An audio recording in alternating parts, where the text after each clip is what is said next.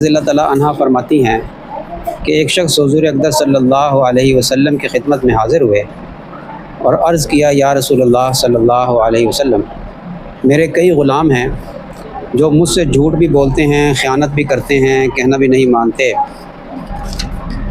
میں ان کو برا بھلا بھی کہتا ہوں اور مارتا بھی ہوں، میرا ان کا قیامت میں کیا معاملہ رہے گا؟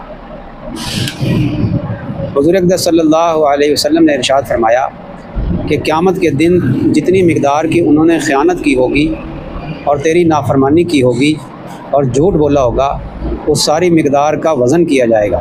وزن اس لیے کیا جائے گا کہ وہاں ہر چیز کا وزن کیا جائے گا، گنتی نہیں ہوگی، وزن ہوگا۔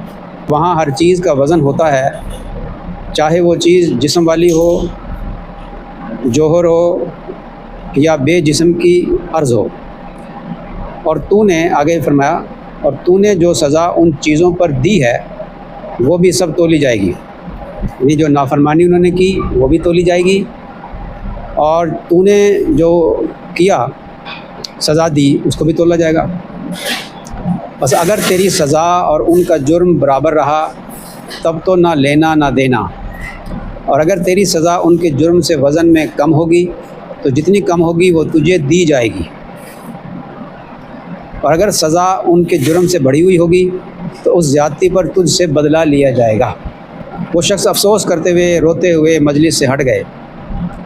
حضور صلی اللہ علیہ وسلم نے فرمایا، تم نے قرآن شریف کی آیت وَنَضَعُ الْمَوَازِينَ الْقِسْطَ نہیں پڑھی، جس کا ترجمہ یہ ہے کہ قیامت کے دن ہم میزان عدل قائم کریں گے اور جس میں اعمال کا وزن کریں گے، اور کسی پر ذرا سا بھی ظلم نہ کیا جائے گا، اور اگر کسی کا کوئی عمل رائی کے دانہ کے برابر بھی ہوگا تو ہم اس کو وہاں حاضر کریں گے اور اس کا وزن کریں گے، اور ہم حساب لینے والے کافی ہیں۔ صحابہ کرام دیکھیں نا، ڈرتے کتنا تھے کہ اگر میری سزا زیادہ ہو گئی تو مجھے حساب دینا پڑے گا، بدلہ دینا پڑے گا قیامت کے دن، اس لیے وہ روتے ہوئے چلے گئے اٹھ کے۔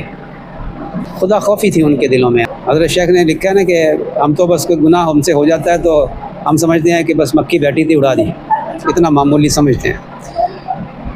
ہمارے دلوں کے اندر وہ خشیت نہیں ہے۔